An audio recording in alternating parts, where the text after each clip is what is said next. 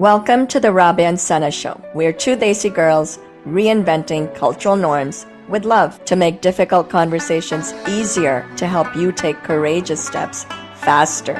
Whether you feel like a misfit now or have been breaking the standards, this podcast is for you, for the adults, the young. Come as you be and become your authentic self as you desire. Let's go reinvent some cultural norms together. Hello everyone, I am Rabia Paracha. I have been a rebel without a cause for most of my life until I discovered my purpose to empower women to empower themselves. And that led me down a rabbit hole to become a life coach from CTI Coactive Coaching.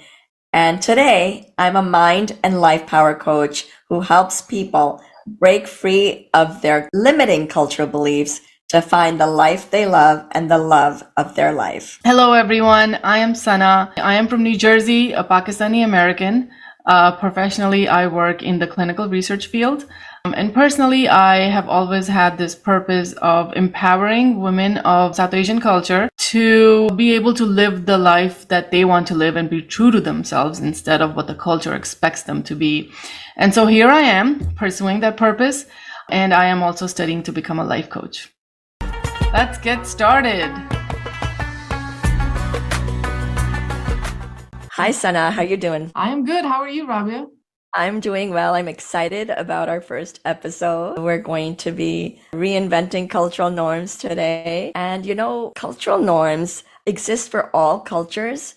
But for the sake of our first episode, I really want us to identify the cultural norms as a state of mind, because that's our topic for today, cultural norms as a state of mind, to understand why we as South Asians, why we do things a particular way, and what the underlying reason for that is, and why it's so important to understand that in order to deconstruct and reinvent cultural norms, because it's all for our highest good. That is an amazing start to our show, Rabia. How these norms affect men and women in general, and what will their impacts be, and how we handle them. So, cannot wait to get started. Welcome, everyone, to our first episode. Yeah, and so happy to be doing this, Sana. You know, our first topic is what are cultural norms? And according to the Oxford Dictionary, cultural norms are a standard of behavior that are typical or accepted within a particular group or society. So in our case, the South Asians. And there are these unconscious biases. And for today's conversation, we're going to talk about 3 of the 4 cultural norms that conduct our operating system.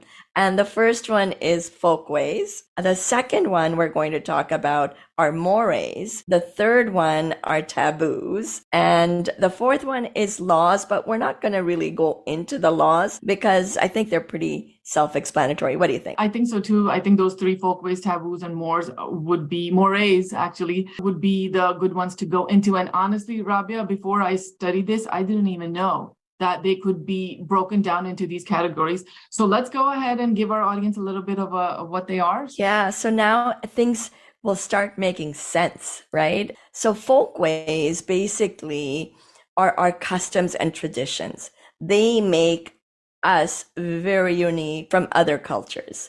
And often it can be thought of as right versus rude because we're so accustomed to certain things that when something happens outside of that, it becomes unusual and we consider it rude. I'll just give one, is shaking hands for women and men. That's almost a custom that is not really acceptable.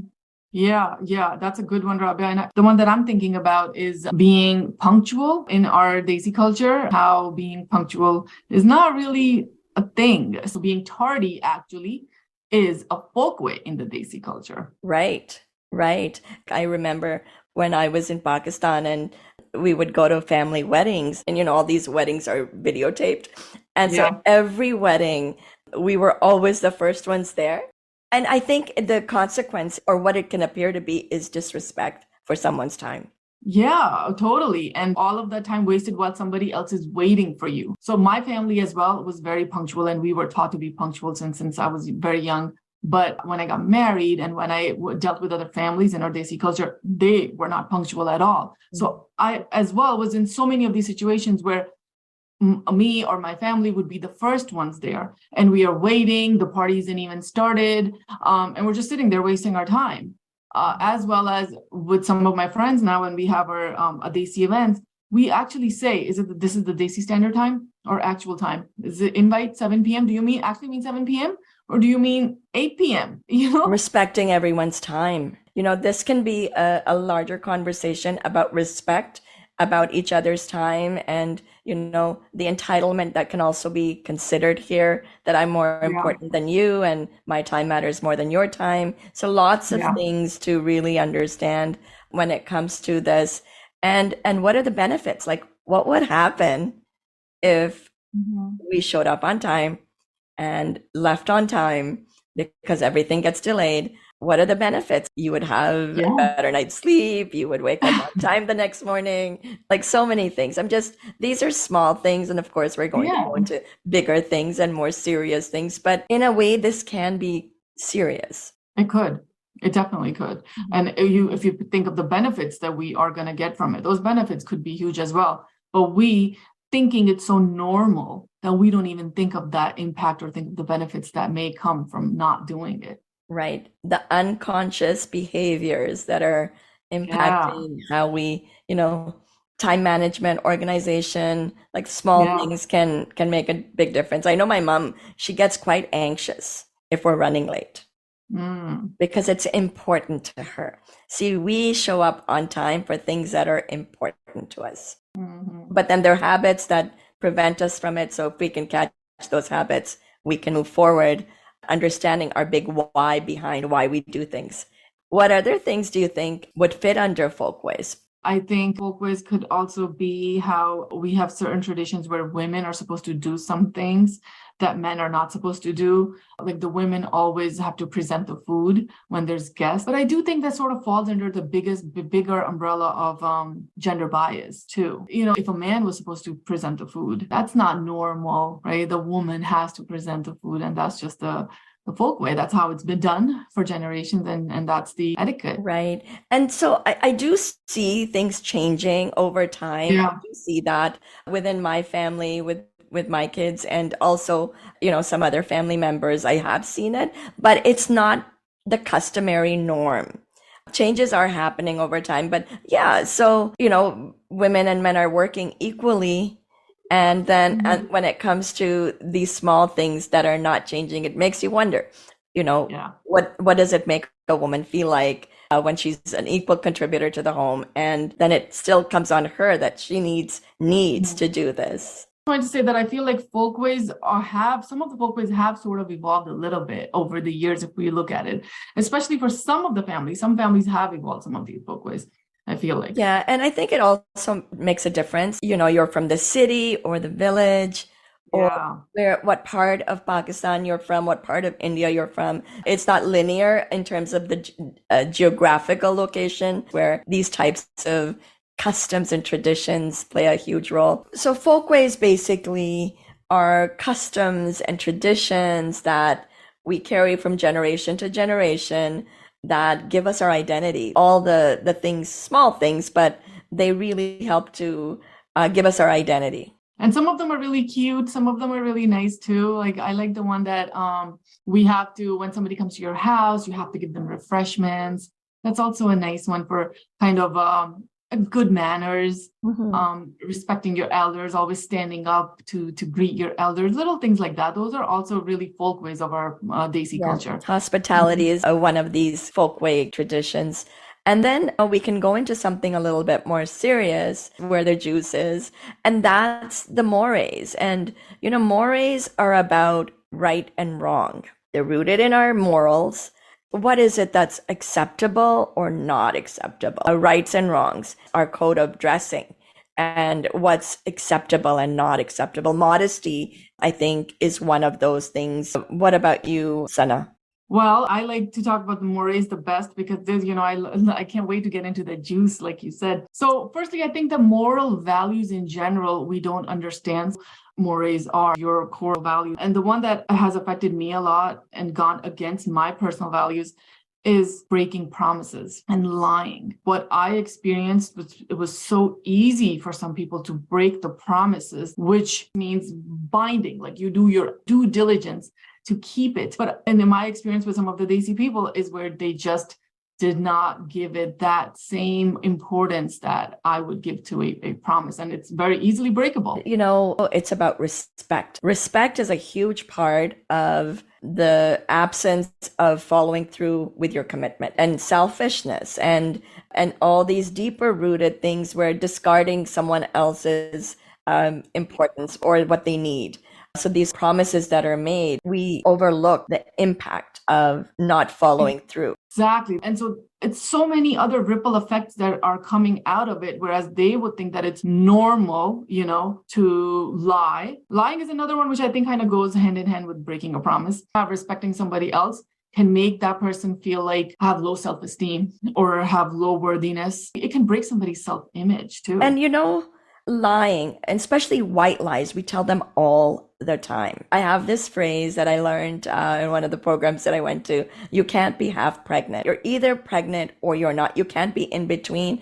And most people say, oh, I don't lie. And that's a lie in itself. Exactly. It's going to be a straight up lie, but they're going to be like, no, that wasn't a lie. But I think let's really look at lying and breaking promises because they fit together. There's an impact on both people. The one that's telling the lie and one that's receiving the lie, the impact isn't the same. For the person telling the lie, it's that they know that they're not telling the truth. And why do we do it? We do it to protect. Sometimes we do it to protect someone. So for example, as we all know, growing up in the West, we are more accustomed to more freedom and doing things that our parents might not like. And we all do them. And whether in Pakistan, whether in Canada, no matter where we are, we do them.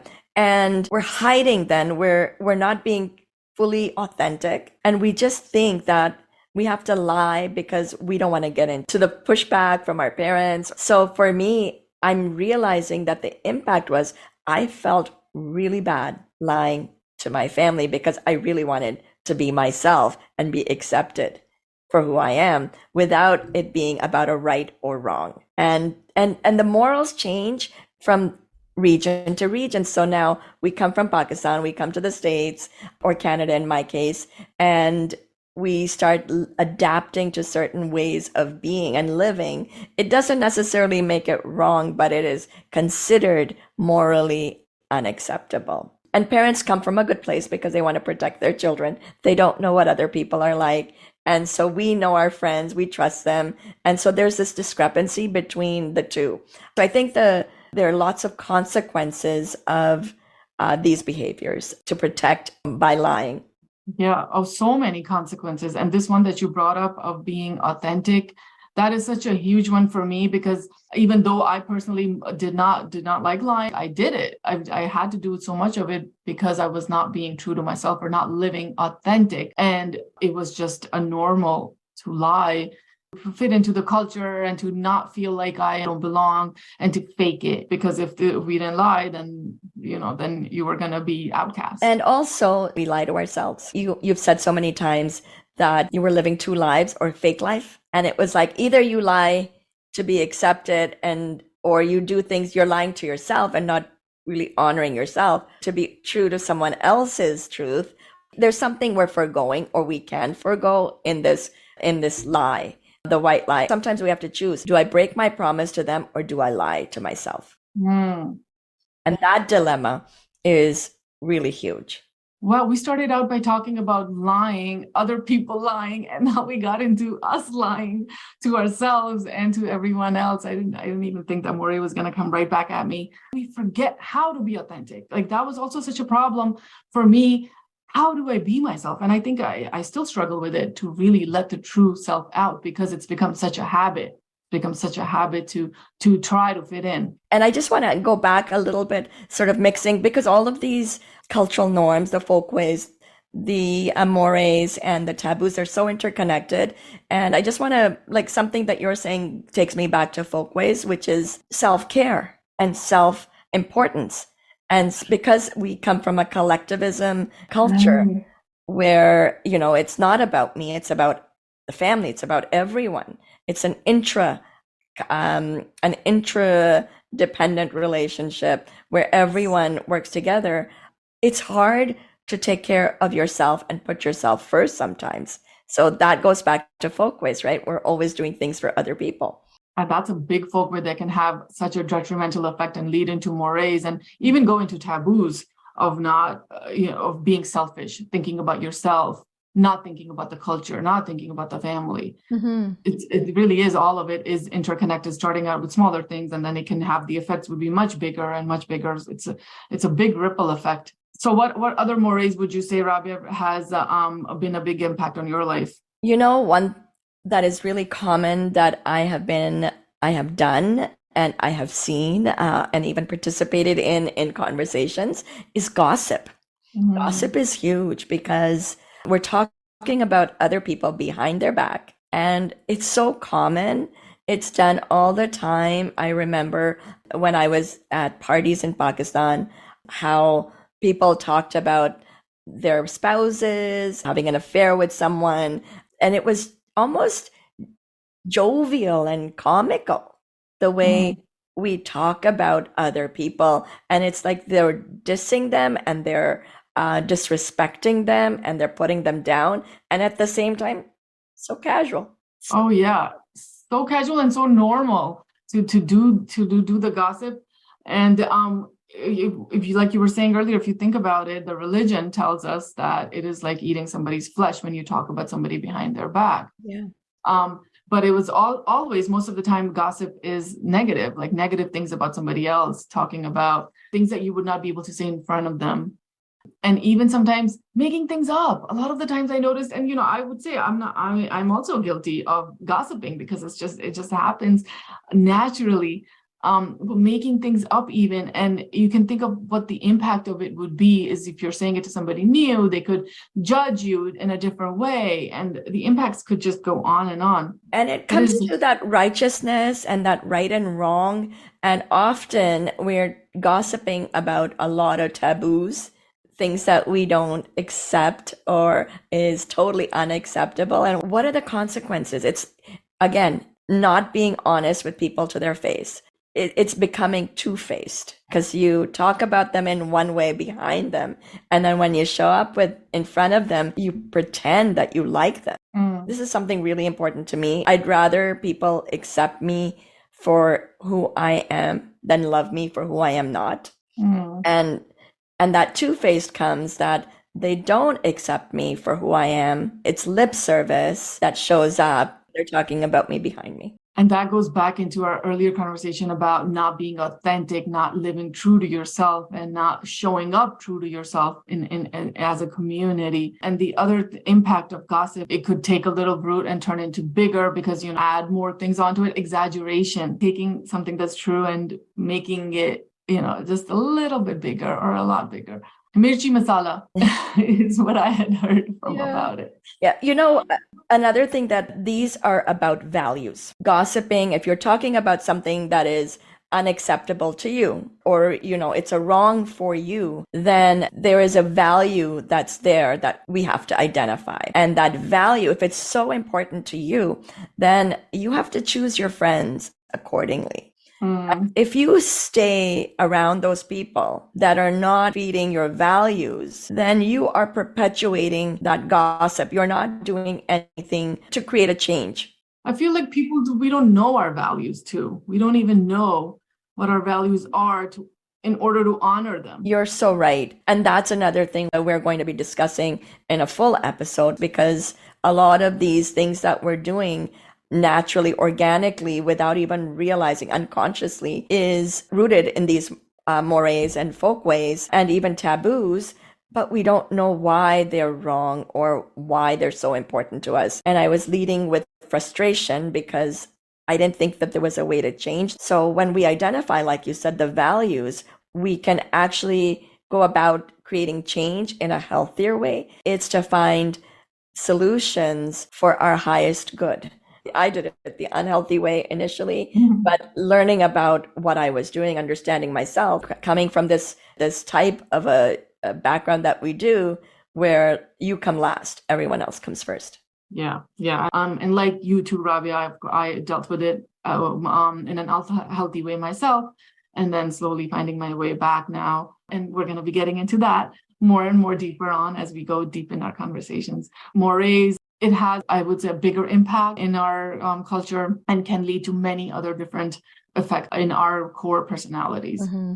And they can often be absolute. It sometimes becomes a universal truth that's not a universal truth, which is where the damage occurs. And it's presumed that everybody believes this to be true. So mores is a very interesting and important part of our cultural conditioning. Like that sentence I was reading when I was reading on sociology about just because it's common doesn't make it right.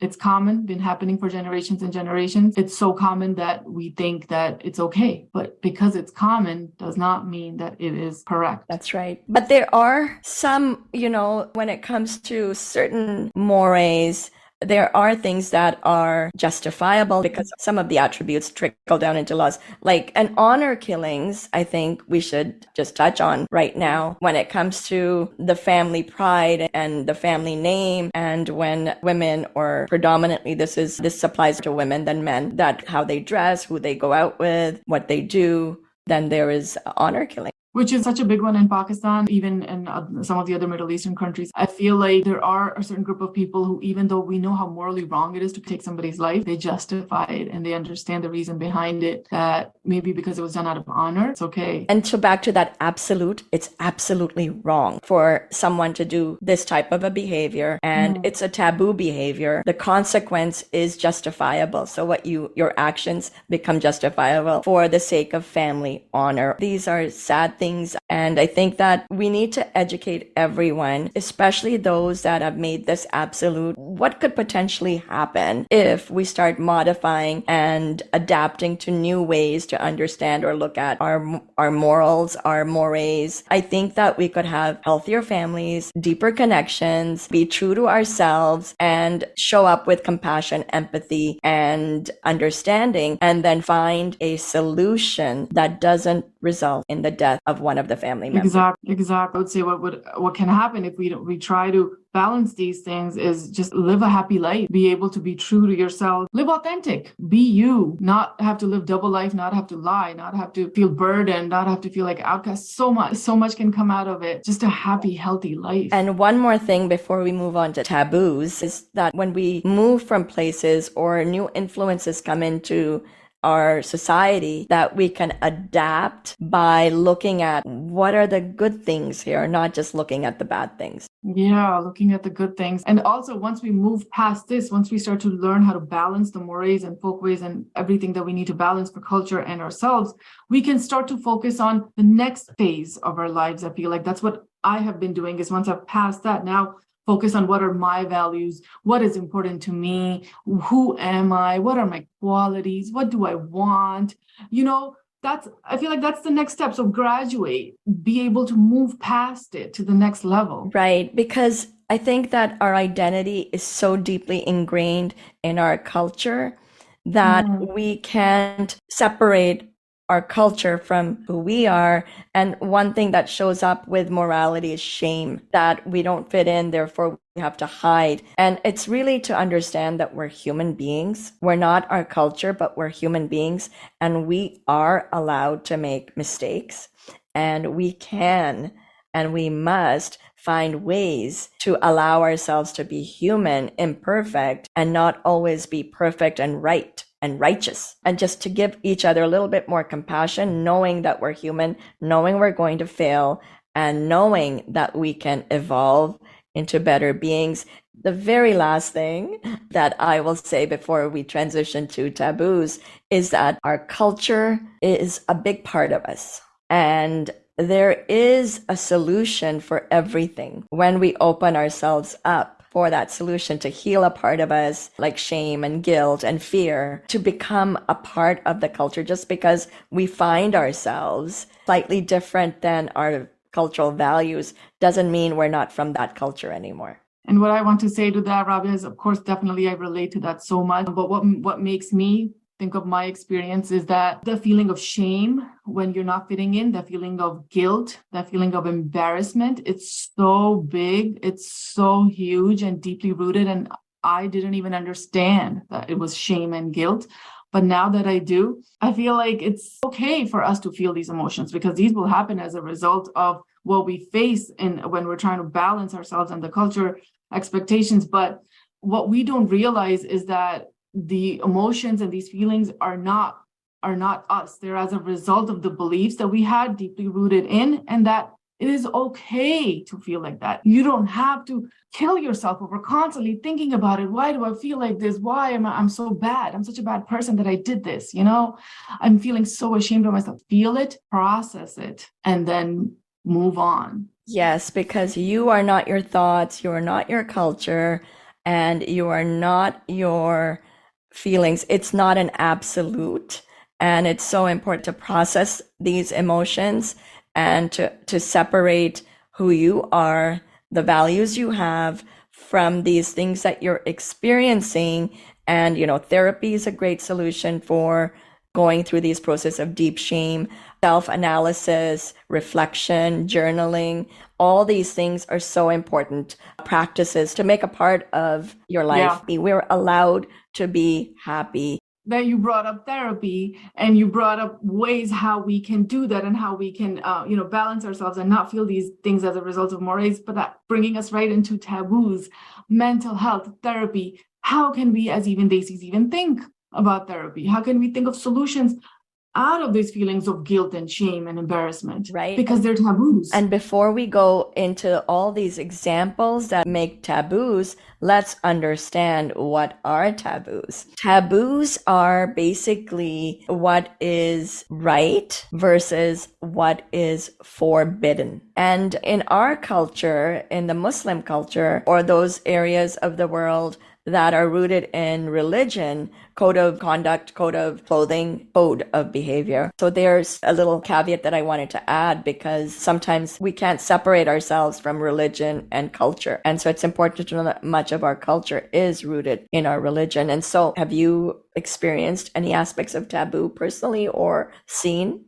Yes, a lot of them. But the one that recently has been a big effect on me would be divorce. It is such a big taboo in our culture. We all know marriage is a great commitment. It's a beautiful relationship when it is a beautiful relationship. But sometimes marriages don't work. And divorce is allowed in our religion. Divorce is allowed in our culture. But it is such a taboo. There's so many taboos around it. A divorcee doesn't get the same respect as somebody who is married. The blames that go around during a divorce, just the whole word divorce. I remember when I first started going down this path, Rabia, I couldn't even say the word divorce. I couldn't say it. It was just so hard for me. I used to say the D word. That's what I used to tell my friends. I couldn't say it.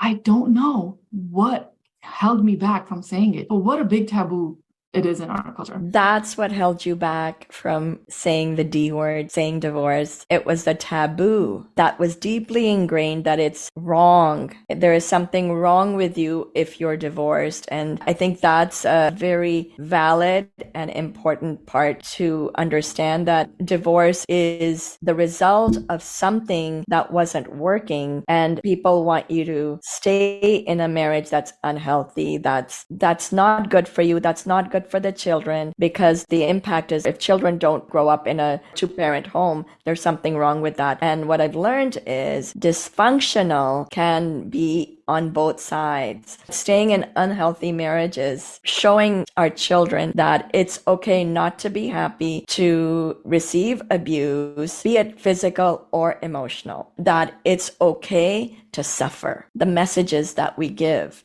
And there's a contradiction that everyone wants you to be happy, but no one wants you to leave a marriage to seek it. Not just happy, but self-respect, respect from someone else, because there's a lot of disrespect that happens in unhealthy marriages, from financial disrespect to abuse of power to emotional abuse of how we treat each other, and also the examples that we're setting for our children. So those things are sort of, it's okay for kids to see that as long as you just stay married. How ironic is that we are willing to show them that part of life, but we are not willing to take the hard step and show them the other aspect of it.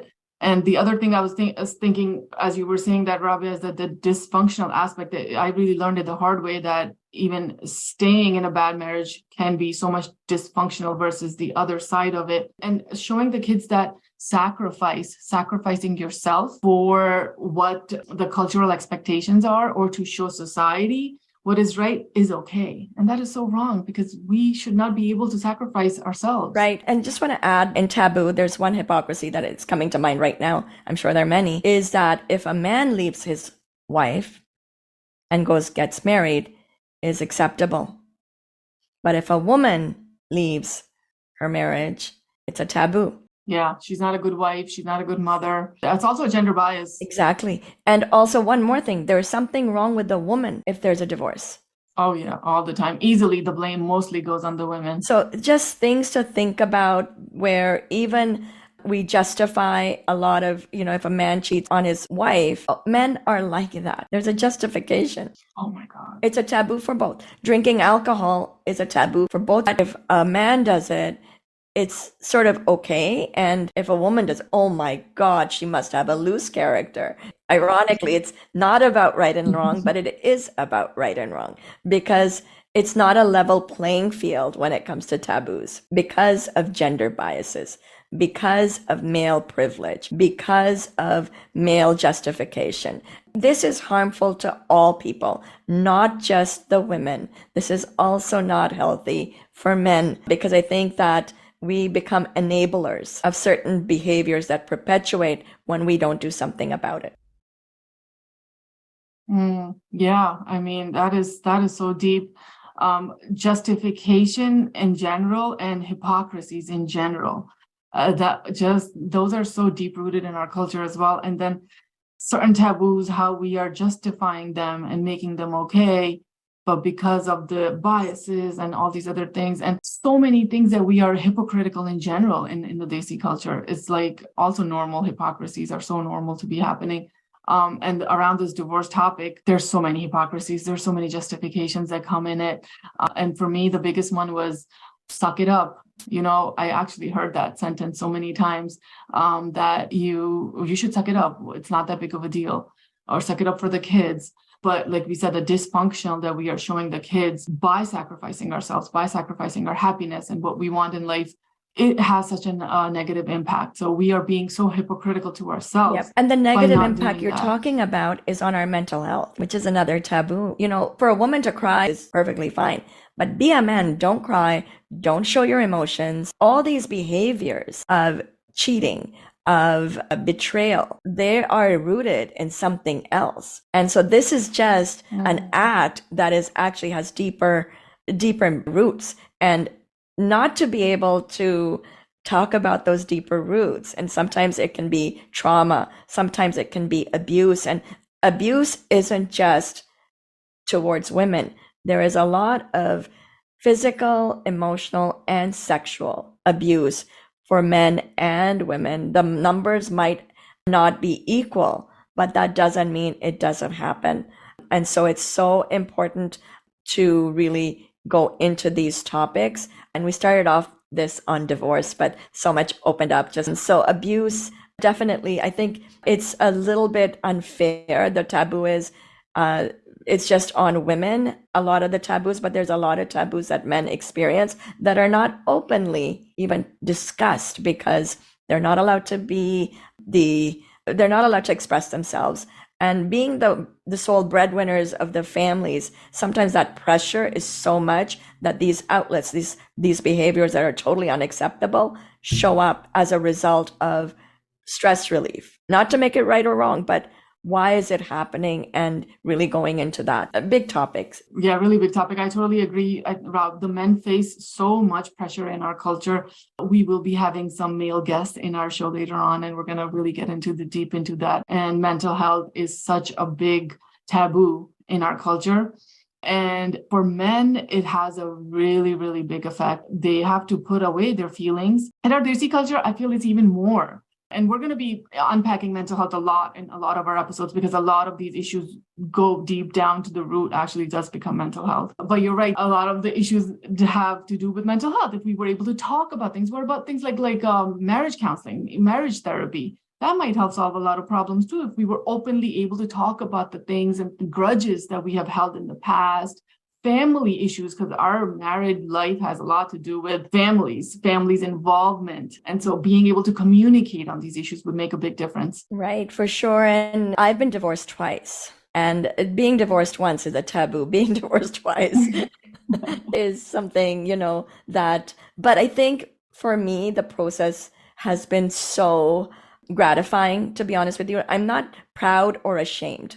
Both are not true for the divorces that I've lived through. What I'm learning about divorce and facing taboos is that I have to stop being a part of the problem that's causing my suffering. And that was really that first realization, that I am a part of the problem, that when I'm getting a divorce, it's okay. But if someone else is going through it, I actually can be contributing to these deeper rooted taboos and conditioning by judging other people. So I'm not saying I did or I didn't. I'm saying that I can be a part of it. We think that one is right and one is wrong. We think that it's okay for men to leave their wives, but not okay for women to leave. So in my case, I was the person that left both my marriages. I didn't know at the time that there were lots of behaviors that were normalized. For example, silent treatment, stonewalling, not talking to your partner because you're upset with them. Just to understand, you're saying that these are the things that we ourselves do, and we are part of the problem as well without even realizing it. Yeah. That's right. We are enabling the problems a lot of the times because of our conditioning. We don't know we're doing it. And the other one is passive aggressive behavior. When we can't really say something directly to someone, we offer these thoughts through either a unique way of saying it in a different way, like, oh, really? So it comes through tone, or it comes through body language. If I'm really angry, I can put my hands on my waist and lean forward and sort of come off as intimidating. So I think that aggression where, you may want to take a physical aggression, but it shows up in your stance, it shows up in your body language. And passive aggressive can both even be from one side, because I know I certainly did both of them. And now I know that it was as a result of my frustration or my unhappiness or not being able to fully express myself. But yeah, I'm certainly guilty of both of those without even knowing why I was doing it. As I've gone through this, I've learned that it comes down to emotional regulation, having awareness of what we're thinking, feeling is resulting in how we're behaving. They're unresolved emotions that show up in the moment that we don't know what to do with. So we say, there's a phrase that my mother shared with us. She says that I swallowed my anger. Swallowing your anger is great, but giving it time to process, to have a logical conversation about it, to have a heartfelt, a very calm conversation about it is important. And often what happens is we swallow the anger and we never have the conversation. And then it comes back and it's bigger. And it comes back and it's bigger. And it comes back and it blows up. And guess what happens? I didn't talk about my emotions for 10 years in my marriage, and boom, I wake up in the 10th year and I want a divorce. But then you need two people who will collectively together talk about these things, be critical and honest, so that we can prevent these taboos from occurring over and over again, so that there's less judgment, there's less shame, and we can live happier, healthier lives, married or apart, but for the right reasons and in the right way. Yeah, that is so much right there, Rabia. And the way to process emotions is recognizing you're having them. And emotional regulation requires us to step back and actually look at the situation and why it was bothering us. And for me, that's when it all started making sense. When I said no more following cultural norms because it's not working for me, my relationships aren't healthy because I didn't know how to process my emotions. Who am I blaming for my whole life? And really looking at that and saying, okay, you lost your father very young, and that grief was never processed. And so you've got to really go into these emotions, learning how to reconcile the past experiences, releasing it, saying it to a therapist, a coach. We are here to help everyone in any way that they need. So finding a group, like I was running the nonprofit at the Goddess Group for 10 years. We showed up, we shared, expressed, and released. And then we put plans into motion, not neglecting ourselves in that process. And I think it's so important to recognize that folkways, mores, and taboos are a construct of our culture, but they don't have to be the end all and be all. There are ways to evolve through all of these experiences by learning and using tools that are so readily available. If we can put down our pride, if we can address our shame and really become honest with ourselves and the people in our lives. But again, first step is go in, understand yourself, then come out and share it and express it with others. And that was a little long-winded. Sorry about that. No, but that was really beautiful and you explained it really well, Rabia. And I also want to add that this right here, our show, is also a space to do that.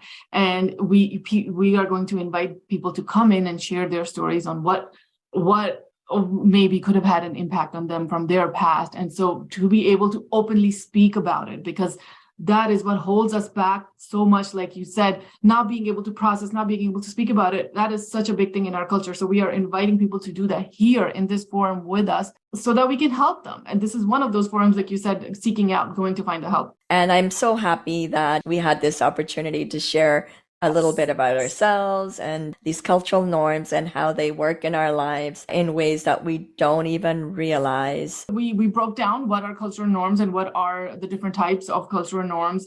We talked about folkways, how folkways are customs, normal customs that have been coming on from generations to generations. We talked about mores, which are sort of things that go against your moral values. So it's, what was it, right versus wrong? So folkways is right versus rude, and mores are right versus wrong. And then we talked about taboos, which are right versus unacceptable. And then we talked about the examples of each of them, and we talked about divorce, and we talked about how there's other deeply rooted issues within ourselves related to mental health, which can lead to bigger issues, and the impact that they can have on us as a person and on others as in the society as well. Just say your actual truth was so hard, but it was my first step that led me to the next steps and to finding myself and to really unpacking what I was feeling. So that is why I feel like everyone needs to realize how important it is and to find that courage to come and share it. For sure. And it takes a lot of courage, really understanding that this is an important part of the self-awareness journey and also to improve the life that we're living. I think that sometimes we take that for granted. So we talked about so many things today, so many important things. I thought it was really, really nice to really get that breakdown of what cultural norms are and how they are overly, what the basic categories are for every culture, basically. We talked about folkways, which are really customs. They are day-to-day type of etiquettes and customs that we deal with that really define our culture. Right. It's basically knowing that it's right versus rude, what we're accustomed to and what we find unusual. So right versus rude. Right versus rude, exactly. We also talked about mores, which are things that go against our moral values, something that is morally accurate and we go against it. So those would be norms called mores. Right versus wrong. And, where there's absolute ways of how we think things should be. And then if it's not that way, it's absolutely wrong. Right versus wrong. And then we talked about taboos, which is something that is bad, which is something that's a little bit negative considered in our culture. things that happen, but people think of them as, oh, this should not have happened. So something like divorce. And that's right versus unacceptable. Yeah, right versus unacceptable. And then we also talked about a lot about mental health and how there's issues within divorce or issues within any of our struggles that we face, and that could be deeply related with issues related to mental health, which is a whole taboo on its own in our culture. Right. And then we talked about, like, just an overall arching of this conversation. We talked about the behaviors that show up as a result of not processing our emotions and understanding ourselves. There's so much that we can go into. We definitely will. I'm excited to be ending our first episode on reinventing cultural norms. Today's conversation was about cultural norms as a state of mind, and I'm looking forward to going in depth on some of the subjects that we talked about today in future episodes, because it's an important thing to do when it comes to creating healthier lives that are best for us. And I'm looking forward to next week, where we're going to be taking one of these topics and delving deeper into it. Yeah, I'm looking forward to all of the episodes where we will really, really go into depth in each of these topics, because as in my experience, we have so unpacked them so much, and it makes so much sense after you do that. So amazing and awesome new things to come, and cannot wait. So we're two Desi girls Reinventing cultural norms with love. See you next time. Bye, everyone. Thank you for listening. We hope you enjoyed today's episode. Please rate, subscribe, and review wherever you listen to podcasts, and follow the Rabia and Sana Show on social medias. Remember, you can watch the video version on YouTube, and don't forget to share, like, and subscribe. If you want life coaching services, or you are reinventing cultural norms yourself and think you would be a great guest and want to be on our show, please email us at contact@therabiaandsanashow.com. And be sure to check out our next episode. See you next time. See you next time.